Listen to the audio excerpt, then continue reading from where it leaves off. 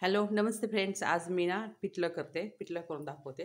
आता मी ह्याच्यामध्ये ना 2 चमचे तेल टाकून जिरी मोहरीची फोडणी दिली. कांदा टाकला आणि हिरवी मिरची टाकली परतायला. नंतर त्यामध्ये पाणी टाकलं. आता मी ह्यामध्ये हटवते बेसन. मीठ टाकते. पिठलं छान होईल आपलं तयार.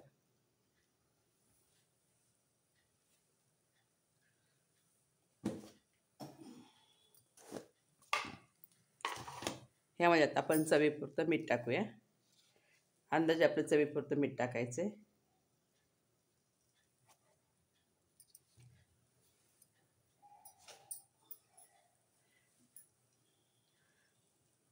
आता आपण ह्यामध्ये बेसन पीठ हटणार. जेवढं पाहिजे ना आपल्याला, जसं घट्ट पातळ त्याप्रमाणे आपण तर बेसन पीठ हटवू ह्यामध्ये.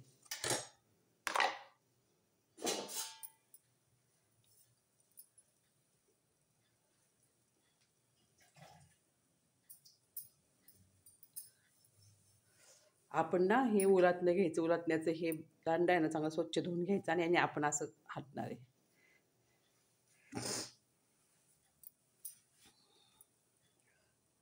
हे पाहता मी असं पीठ हटते पिठल्याचं.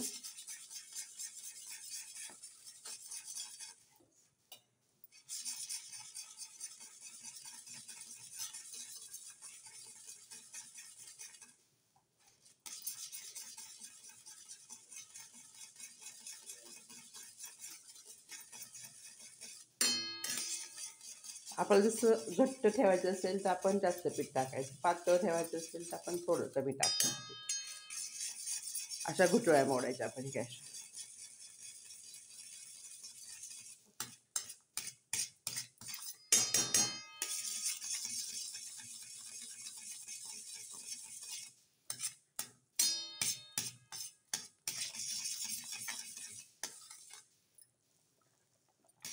हे पहा.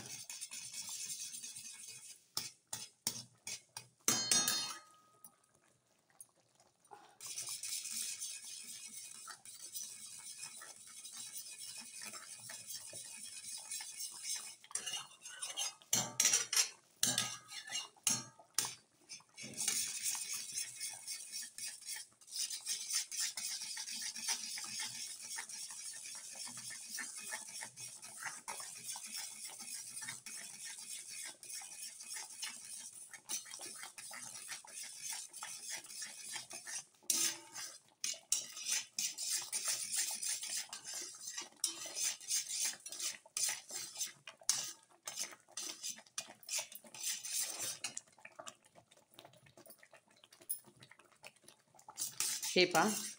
आता आपण ह्याला ना असं बारीक गॅसवर त्याला झाकून ठेवायचं. गॅस बारीक करायचा आणि हे पिठलं जरा चांगलं शिजून द्यायचं आपलं. हे पहा फ्रेंड्स, मी आज ना छोलेची भाजी केली. पातळ छोले, कांदा लसूण मसाला शेंगदाणे टाकून छोले भाजी केली. हे पहा, छोलेची रस्सा भाजी. त्यामध्ये दलिया केला आहे मी. पिठलं,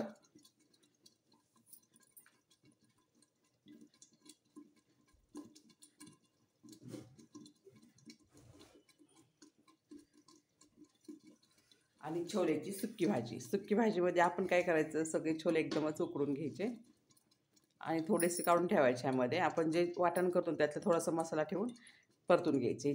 छोलेचे सुक्की छोले होते. आणि हे रस्सा छोले झाले आपले.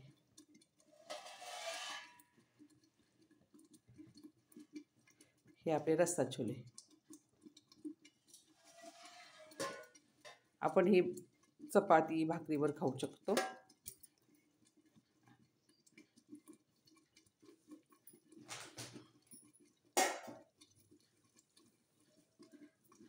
आता आपण हे पाहूया पिठलं कसं झाले. हे पाहता आपलं असते ह्याप्रमाणे घट्ट झाले. एवढं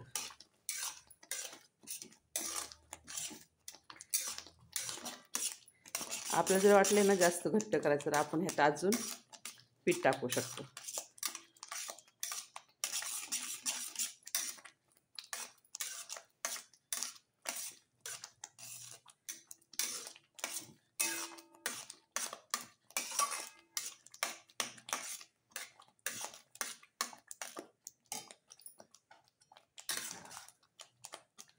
हे पहा अशा प्रमाणे मी पिठलं केलं तयार. हे बघा.